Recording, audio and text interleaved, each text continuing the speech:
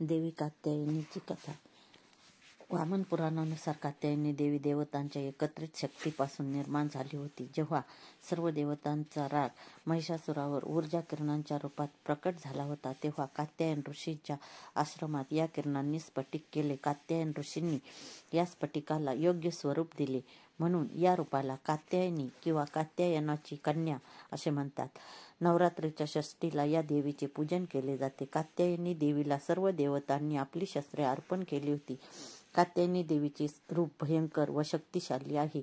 कात्यायनी मातेने महिषासुराचा वध केला. कात्यायनी देवीने पृथ्वीवरील सर्व दुष्ट आत्म्यांना संपवण्यासाठी जन्म घेतला होता. हे एक दुर्गेचे रूप आहे. काही कथेनुसार गोपिकांनी भगवान श्रीकृष्णांना पती म्हणून मिळवण्यासाठी कात्यायनी देवीची पूजा केली होती. भागवत पुराणानुसार या देवीच्या प्रसन्न होण्याने भक्तांना अर्थ, काम, मोक्ष मिळतो. कात्यायनी देवीचा बीजमंत्र क्लीं श्रीं त्रिनेत्राय नमः हा आहे. या मंत्राच्या जपाने किंवा जप ऐकल्याने भक्तांचे रोग, दुःख, संकटे, भीती नष्ट होतात व सर्व जन्मातील पापे नष्ट होतात. दुर्गा मातेची ही 6वी शक्ती आहे.